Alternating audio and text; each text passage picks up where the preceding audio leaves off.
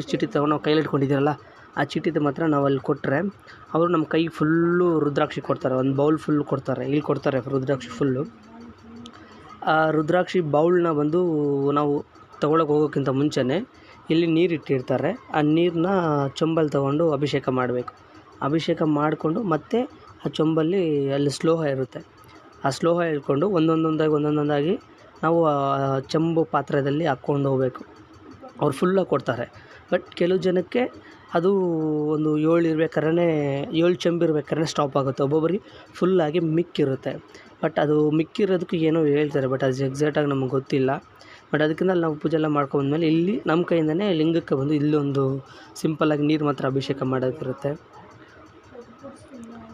ಅದು ಮಾಡಿಕೊಂಡು ಹಂಗೆ ಸ್ವಲ್ಪ ಮುಂದೆ ಹೋದರೆ ಒಂದು 53 to 60 ಫೀಟಲ್ಲೇನೋ ದೊಡ್ಡದು ಶಿವ ಕೂತ್ಕೊಂಡು ತಪಸ್ಸು ಮಾಡೋ ಥರ ಒಂದು ವಿಗ್ರಹ